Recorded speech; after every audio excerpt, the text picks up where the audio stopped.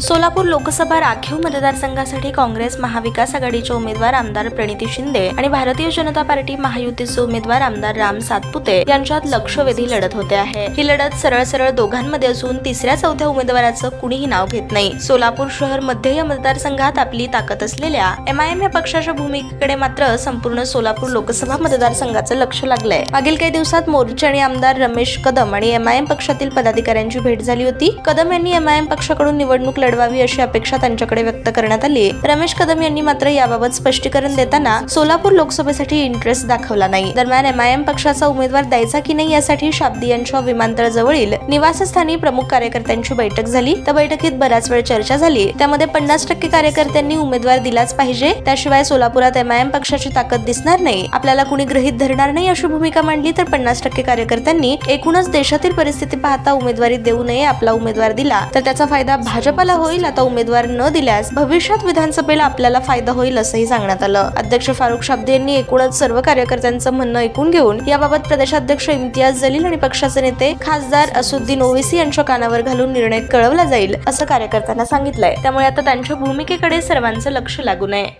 ताज्या बातम्या पाहण्यासाठी प्राईम मीडिया न्यूज चॅनलला सबस्क्राईब करा आणि बेल आयकॉन प्रेस करा।